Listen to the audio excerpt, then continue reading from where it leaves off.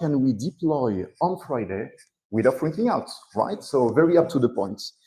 My name is Ludovic. I'm working as a CTO at NFQ. We are a software development company. I'm based in Vietnam. We have been working for 20 years building software, supporting startups. If you have any question, if you are curious, let's talk after this session. All right? Actually, when we start a project, you know, it's a little bit like the New Year resolution, right? Every year we make promises. We want to do things correctly. We want to set new process, new tool. We don't want to repeat the mistakes from the last project that we got, right? And one of the very structuring decisions that we usually take is to choose which branching strategy we're going to use on the project, right?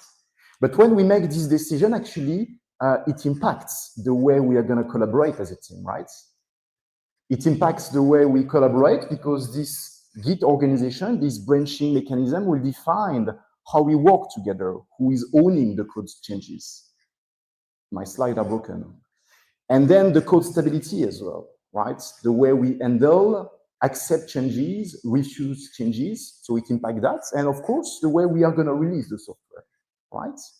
A couple of years ago, we started a project and we use, I'm sure you are all familiar with it, a branching mechanism called Gitflow.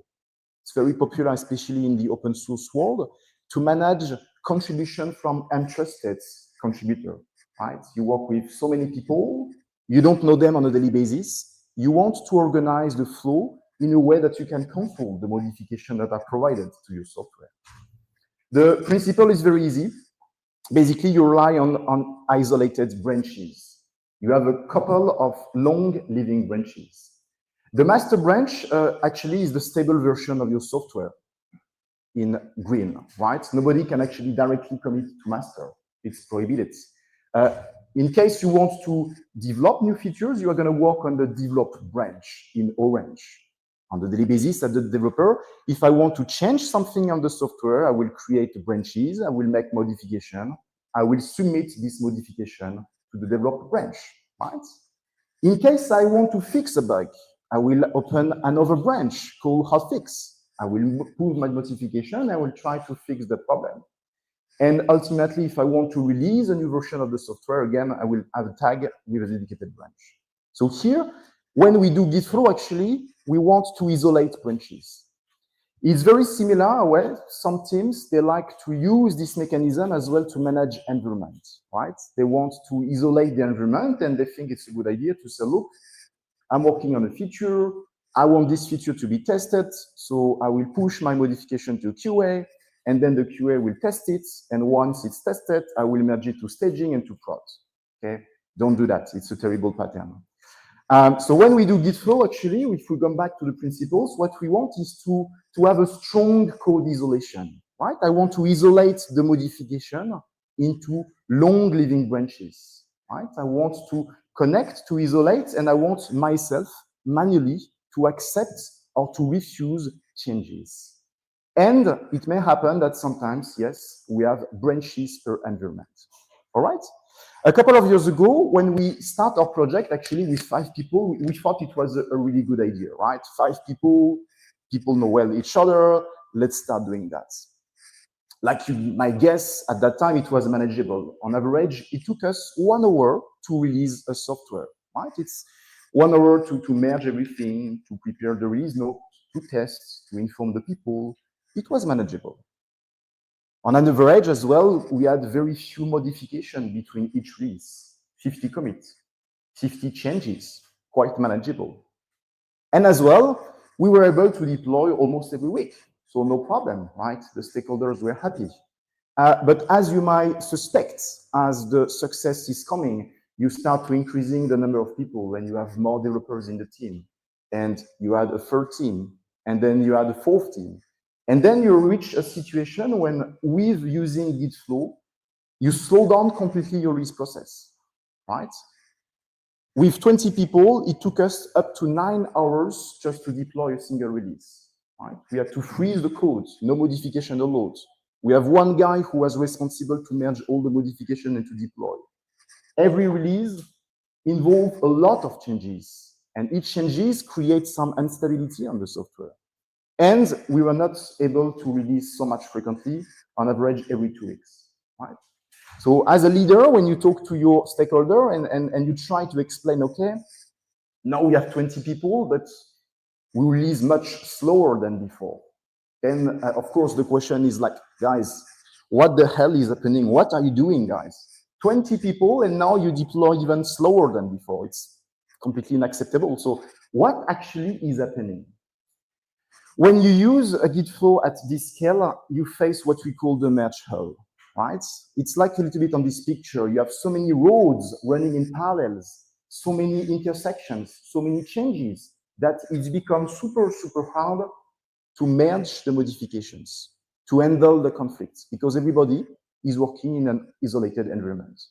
And the reason is because when you do Gitflow, by definition, you are not doing continuous integration.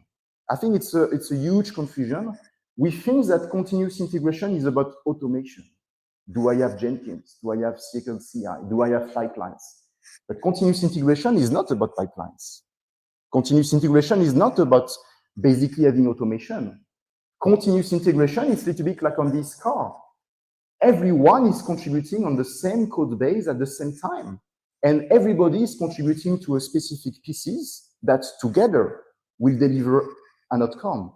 When you isolate by branches, basically, you prevent, you delay, you postpone the integration because everybody is working on a different car, basically, right? We had as well an issue that I will explain is that we had some lead time. By using Gitflow, it took us a lot of time because, yes, of course, you need to wait for the environment to be available. You need to wait for the QA to test. Basically, by isolating the modification, we had some lead time. And it's also connected to the fact that, again, when you do Gitflow, you don't do continuous deployment. Continuous deployment, again, is not about automation. It's not about scripting. It's not about pipelines. It's about the ability to continuously, with little effort, to be able to deploy a new version of your software somewhere. If you have to do it manually by merging a branch, it's a problem. Okay? So now the question is, what can we do, guys? Okay, we have every commit, every merge. It's a little bit like this on the picture. It's a hell of a nightmare, right? What we can do, of course, is maybe to simplify our branching model. Maybe this is what we can do. Maybe we can simplify it. And one way to simplify it is to use what we call trunk-based development. So a different branching model. It's not new, actually. It has been an extreme programming approach, very popular over the last 20 years. And the principles rely on the following. Instead of having long living branches, I will have a single branch called the main, the master branch, or the trunk. Everybody is going to work on this master branch. We allow to have temporary branch that are short-lived, but they can only live up to 1 day. Okay? So we force basically everybody to work on the same branch, and we allow them temporarily to have some short-lived branch, but they can only last for up to 1 day. Okay? At the end of the day, they have to merge back their modification. So we have a trunk. This is a single point of truth. The master branch should be releasable all the time. This is the stable version of the software. Second of all, we allow only short-lived branches. And of course, these branches, they need to be merged back to the trunk every day to minimize basically their life duration. Okay? How do we implement that? Basically, we need to change completely the mindset about how we process things. Instead of releasing a bunch of tickets, a bunch of commits to production, every single commit, every single change becomes a release. Every modification you make to the code, it gets deployed directly to production. It's directly moving towards the trunk, which is a single proof of truth. Okay?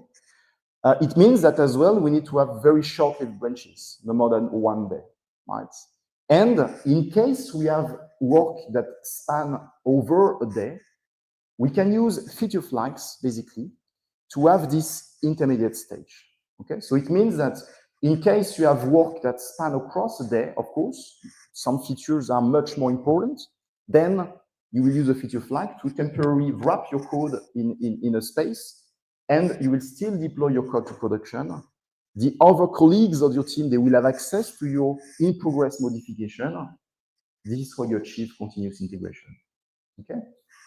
I must see some of you are kind of like raising their eyes and say, wow, means that now we produce dirty code to production every day, it's not finished. Sounds a little bit weird, right? So let me explain a little bit.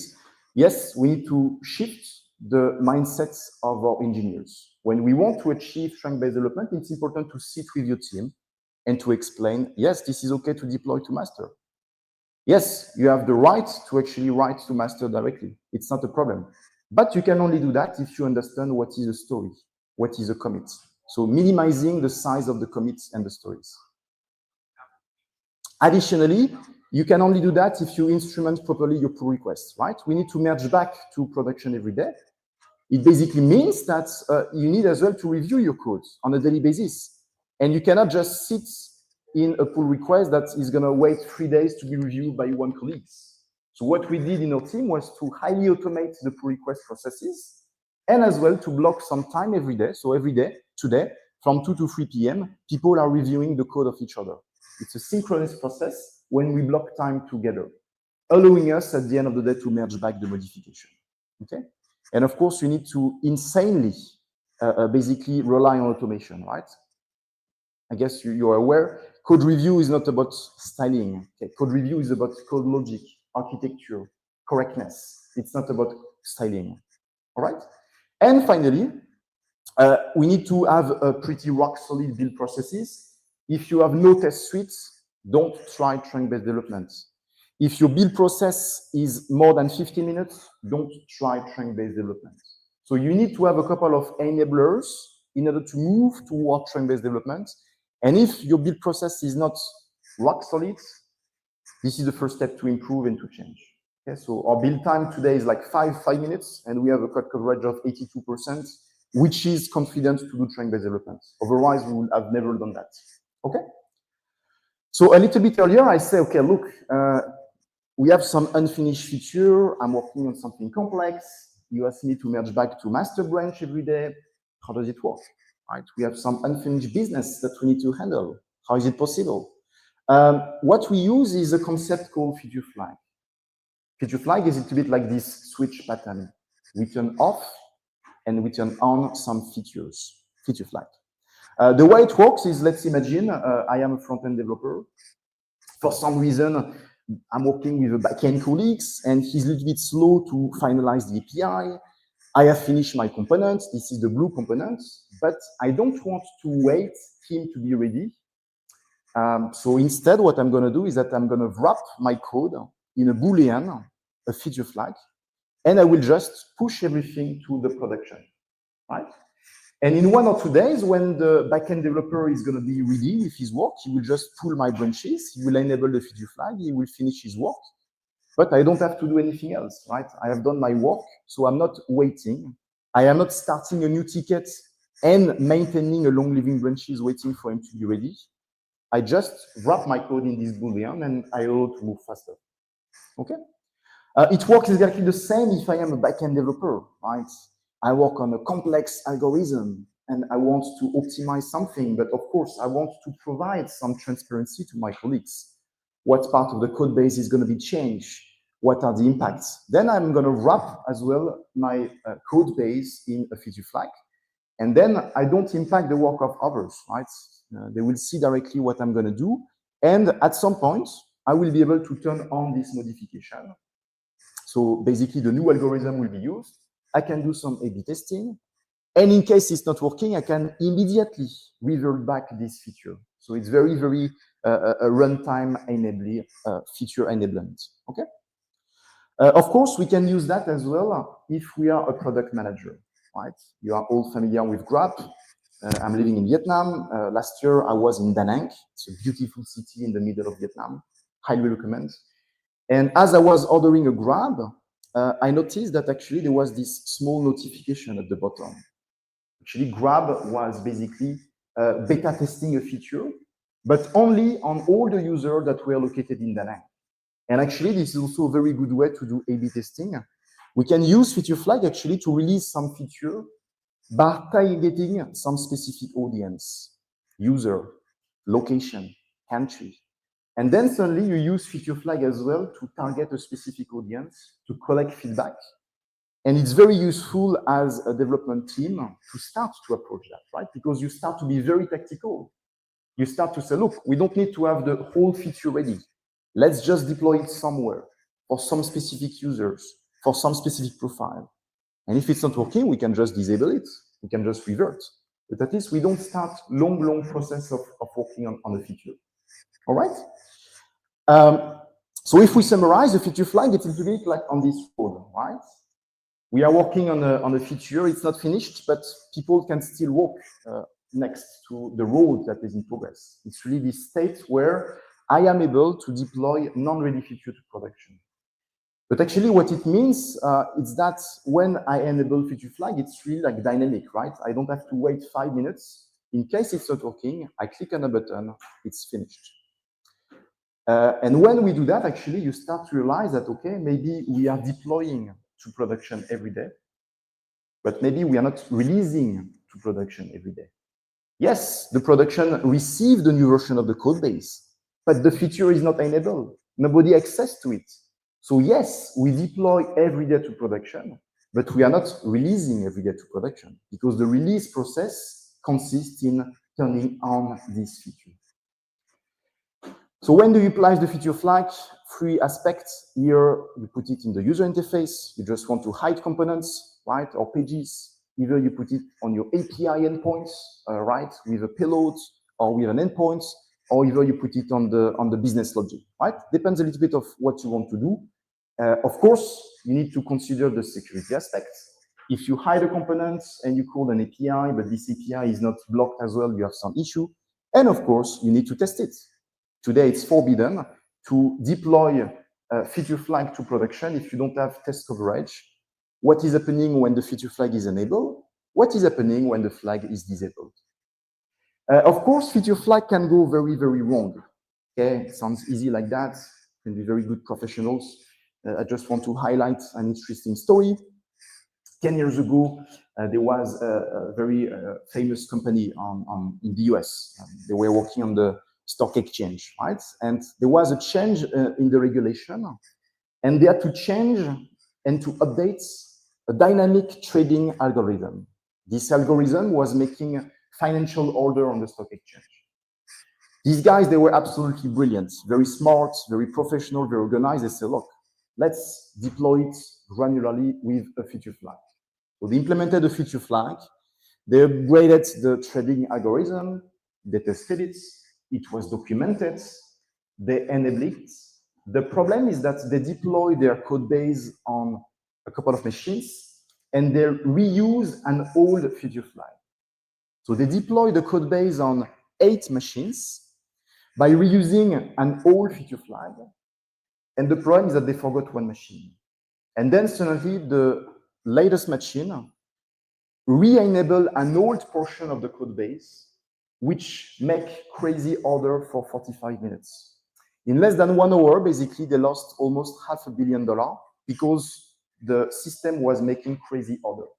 In 2 days, the company was bankrupt. They didn't have any cash flow. They just have to close completely their business.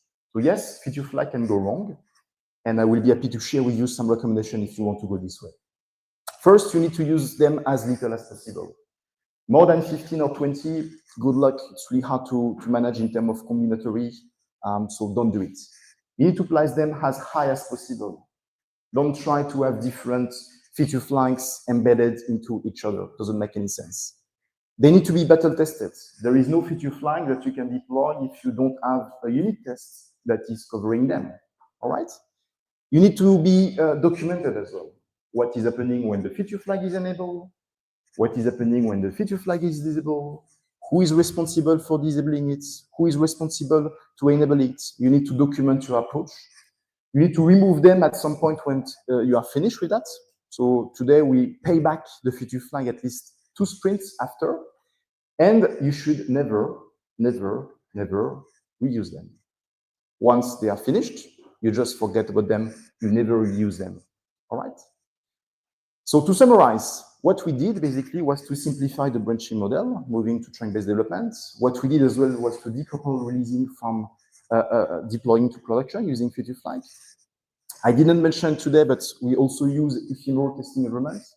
It's another part of the conferences, and that's it basically. So if we come back to the summary, we move from this kind of like weird situation when we have one guy who is the god of Git and he's able to handle the merge one day per week, to a different situation when at the end we were able to release in 50 minutes.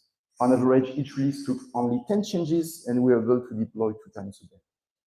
When we step back again and we look at the metrics, before basically the adoption of trunk-based development, we were able to deploy like 2 times basically, or let's say 1 time a week.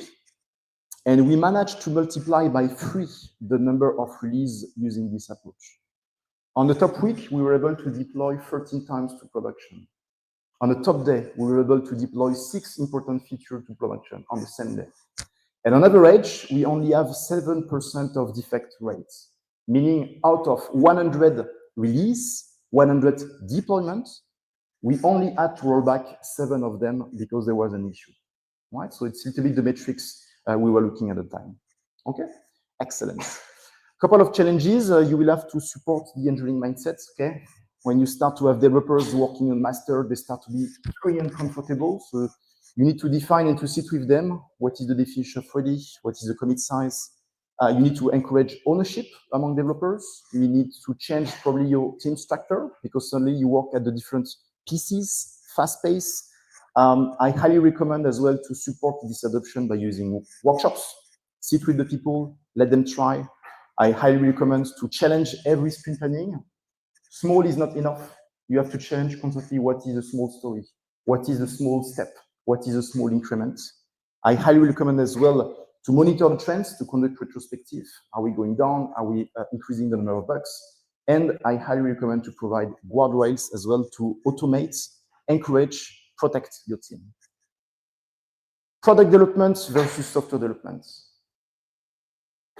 This approach is only valuable if you want to deliver fast, if your survival depends on how fast you can ship feature.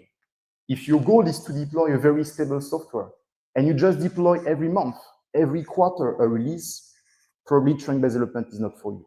So you have to choose what you want to prioritize. Are you working on a product and you want to release fast features because this is what the market is expecting from you, or if you want stability? 2 excellent books that I highly recommend: Accelerate, it's a Bible, and the Unicorn Project. Absolutely fantastic books. Highly recommend. 2 seconds. Thank you so much for your time. If you have more questions, no, I'm kidding. Now, Accelerate is a really good book, very theoretical, and the Unicorn Project is more like a novel. It's very, very distracting. If you can't sleep at night, highly recommend.